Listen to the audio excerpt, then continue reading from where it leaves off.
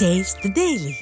Saravanan sir, இப்போ என்னன்னா யாராவது போய் அரசுக்கு எதிராகவோ இல்லை சமூக விரோத செயல்களை செய்யறவங்களுக்கு எதிராகவோ போய் கம்ப்ளைண்ட் கொடுத்தா, ஒன்னா அவர் சட்டமன்ற உறுப்பினராக இருந்தால் சட்டமன்றத்தை வந்து கள்ளக்குறிச்சியில எங்களுக்கு வந்து எங்கள் ஏரியா ஃபுல்லாக கள்ள சாராயம் கடத்திட்டு இருக்கிறாங்க, நிறைய அதை பார்த்து நீங்கள் வந்து அதை தடுத்து நிறுத்துங்கன்னு சொன்னால் அதை கண்டுக்காமல் விட்டுறாங்க. அப்படி இல்லை அப்படின்னா அதிமுக ஒன்றிய கவுன்சிலர் வந்து கொடுத்தாரு அப்படின்னா அவரையே வந்து இங்கே சந்தேக மரணம்லாம் நடக்குது. இதையெல்லாம் பார்க்கும்போது பயந்துகிட்டே இருங்க, அரசை பற்றி பேசுறதுக்கு முன்னாடி நீங்க பயப்படணும் அப்படின்னு தான் திமுகவுடைய நோக்கமா இருக்கா சார்? நிச்சயமா சார். பாத்தீங்கன்னா திமுகவுடைய சர்வாதிகார போக்கு உலகம் அறிந்தது, அவங்களோட ஜீன்லயே இது இருக்கு. உதாரணத்துக்கு பாத்தீங்கன்னா அவங்களோட ஆட்சி காலத்துல மதுரையில வில்லாபுரத்துல ரேஷன் கடையில நடந்த பிரச்சனைக்காக கம்யூனிஸ்ட் கட்சியை சார்ந்த லீலாவதி கொலை செய்யப்படுகிறார். இன்னைக்கு சமூக ஆர்வலர்கள் இந்த அரசு யாரு என்ன குறை சொன்னாலும் அவங்க மிரட்டப்படுகிறார்கள், அவங்க மேல வழக்கு தொடுக்கிறாங்க, கொலையும் நடக்கிறது. இங்க அதிமுக ஆட்சி காலத்தை பாருங்க, எடப்பாடி ஆட்சி காலத்துல இந்த திமுக அரசும் இந்த திமுக கட்சியும் சரி, அவங்களுடைய கூட்டணி கட்சிகள் அவங்க செட்டில் செய்த சமூக ஆர்வலர்கள் அப்படின்ற ஒரு 7-8 பேர் இவங்கெல்லாம் பெருக்கி 35,000 போராட்டங்கள் தமிழ்நாட்டில் நடத்தினாங்க. அதுக்கெல்லாம் அனுமதி அளித்தது எடப்பாடியாருடைய அரசு அன்று. அவங்க மேலாம் வழக்கு தொடுக்கலையே, அவங்களுக்கான தார்மீகமான உரிமையை வழங்கியது அதிமுக அரசு. இன்னைக்கு இந்த திமுக என்ன செய்யுது? எந்த கூட்டத்திற்கும் எந்த போராட்டத்திற்கும் அனுமதி இல்லை. அவங்க கூட்டணி இருக்கக்கூடியவங்க கேள்வி எழுப்பினா கூட அதற்கும் அனுமதி கிடையாது, கைது செய்யப்படுகிறார்கள். இது குறிப்பா இந்த இயற்கை அழிப்பு கனிம வள கொள்ளையில யாரெல்லாம் வந்து கம்ப்ளைண்ட் போறாங்களோ அவங்க மர்மமான முறையில கொலை செய்யப்படுகிறார்கள். அதுதான் இப்ப புதுக்கோட்டையில நடந்தது. சமீபத்துல ஜகுபர் அலி 2 வீலர்ல வரும்போது ஒரு லாரி மோதிக்கிட்டு இது வந்து ஒரு கொலை என்று எல்லாருமே தெட்ட தெளிவாக சொல்றாங்க. கண்ணால பார்த்த சாட்சியங்கள் எல்லாம் 22 இருந்து 2022 யோசிப்பாரு. கரூர் குப்பம் ஜெகநாதன் வேன் ஏற்றி படுகொலை, ஈரோடு சென்னிமலை தமிழ்ச்செல்வன் கொலைவரி தாக்குதல், நெல்லை மாவட்டம் காவல் கிணறு பகுதியில மணி லாரி ஏற்றி படுகொலை, நெல்லை மாவட்டத்துல அடைக்குளம் சட்டவிரோத குவாரி விபத்துல 6 பேர் சாவு, 2024 திருப்பூர் மாவட்டம் ஊத்துக்குளியில வெங்கலப்பாளையம் பகுதியில் நடராஜன் கொலைவரி தாக்குதல், மதுரை மாவட்டம் கச்சைகட்டி பகுதியில் ஞானசேகரன் மீது கொலைவரி தாக்குதல், புதுக்கோட்டை மாவட்டம் அதுலதான் இப்ப ஜகுபர் அலி என்ன கொலை. இதெல்லாம் வந்து திமுக ஆட்சியில சர்வசாதாரணமா நடக்கக்கூடிய ஒரு பொது வாழ்க்கைக்கு வந்துட்டோம், விமர்சனத்துக்கு உட்பட்ட நம்மளுடைய இது அப்படின்னு அவங்க யோசிக்கிறது கிடையாது. சமீபத்துல கூட துணை முதல்வர்கிட்ட கூட நடிகர் வித்யா அவர் கட்சி ஆரம்பிக்கிறத பத்தி கேட்க போது ரொம்ப ஷார்ட் டெம்பர்டா பதில் சொன்னாரு. அது கூட பயங்கர வைரல் ஆனது. அந்த அளவுக்கு பொதுவான விமர்சனத்தை எடுத்துக்கொள்ளாத ஆட்சி இந்த திமுக. ஆனா சரவணன் சார், அவங்க என்ன சொல்றாங்கன்னா, அமைச்சர் ரகுபதி தரப்புல இருந்து அவங்க என்ன சொல்றாங்கன்னா, ஏன் அவசரப்படுறீங்க, அதான் 4 பேர் அரெஸ்ட் பண்ணியாச்சு, டிரைவர்ஸ் அரெஸ்ட் பண்ணியாச்சு, லாரி ஓனர்ஸ் அரெஸ்ட் பண்ணியாச்சு, ஏன் அவசரப்படுறீங்க அப்படின்னு கேக்குறாங்களே. இல்ல அப்படி சொல்லி இதை மூடி மறைக்க முடியாது. இதுக்கு பின்னாடி யார் இருக்கிறாங்க?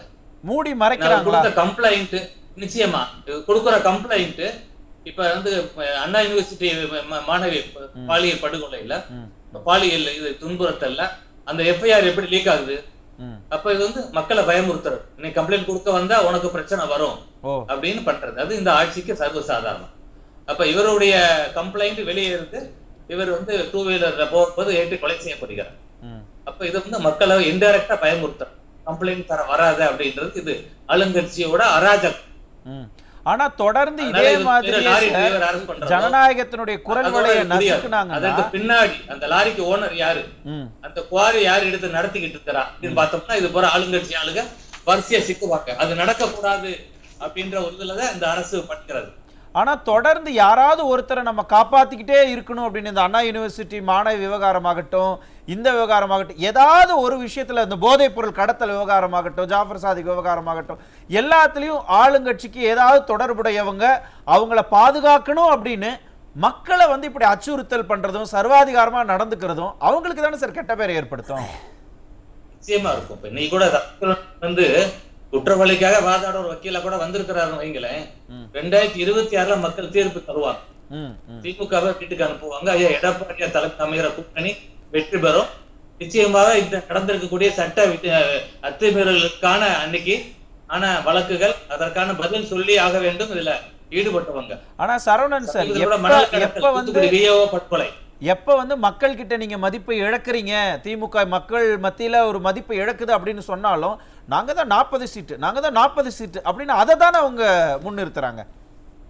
அவங்க பணத்தையும் கூட்டணி பலத்தை மட்டும் நம்பி அவங்க பேசுறாங்க. பட் மக்களுக்கான ஒரு டாலரன்ஸ் இருக்குல்ல, எவ்வளவுதான் தாங்குவாங்க, அந்த டாலரன்ஸ் லெவல தாண்டியது. அதனால இவங்க வீடு வீடா போய் தங்க கட்டிய கொடுத்தா கூட அந்த ஓட்டு போடுறதுக்கு யாரும் ரெடியா இல்லை. மக்கள் ரெடியா இருக்காங்க. ஆமா, மக்கள் வந்து கடுமையான ஒரு வெறுப்புல இருக்காங்க.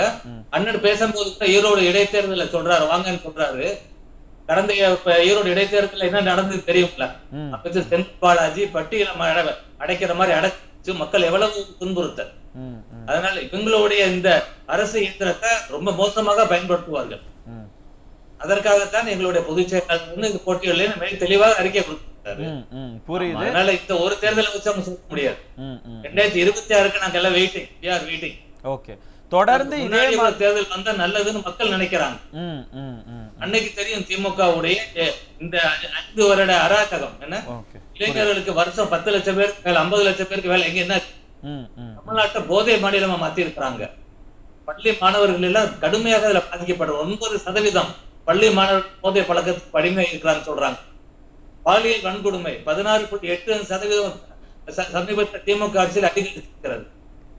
இப்படி எக்கச்சக்கமான பிரச்சனை. இதெல்லாம் அவங்க கண்டுகொள்ளாமல் அந்த கட்சியில் இருக்கக்கூடிய காப்பாற்றக்கூடிய வகையில தான் செயல்பட்டுக்கிட்டு இருக்காங்க. தொடர்ந்து யார் அந்த சார் அப்படின்ற மக்களுடைய அந்த பாதிக்கப்பட்ட மாணவியோட குரல் மக்களுடைய குரலாக அன்பு கிரிக்கெட் தலைவர் வருங்கால முதலமைச்சர் கேள்வி எழுப்பியிருக்கிறார். உலகம் முழுவதும் இப்ப இந்த கேள்விதான். நான் ரோட்ல போய்கிட்டு இருக்கல, கார்ல போன் வச்சுட்டு போன ஒருத்தர் கேட்கிறார், போன் பண்ணி, என்ன சார் யார் அந்த சார் அப்படின்னு கேட்கறாரு. அந்த அளவுக்கு மக்கள்கிட்ட இதை போய் சென்று சேர்ந்து இருக்கிறது. யார் அந்த சார் என்பது இந்த 2026 நிச்சயமாக மக்களுக்கு ஏற்கனவே தெரிந்த ஒருத்தர் தான். அதற்கு பதிலை மக்கள் ஒருவரால் கண்டிப்பாக அதற்கு மட்டும் மக்கள் பதிலை எதிர்பார்த்துட்டு இருக்கலாம். அதையோட சேர்ந்து இன்னும் இது மாதிரியான பல்வேறு பிரச்சனைகள்லையும் திமுகவுக்கு சம்பந்தம் இருக்கு, அதற்கெல்லாம் ஒரு தீர்வு வேணும் அப்படிங்கறத எல்லாரோட எண்ணமா இருக்கு. நம்ம தொடர்ந்து பேசலாம்.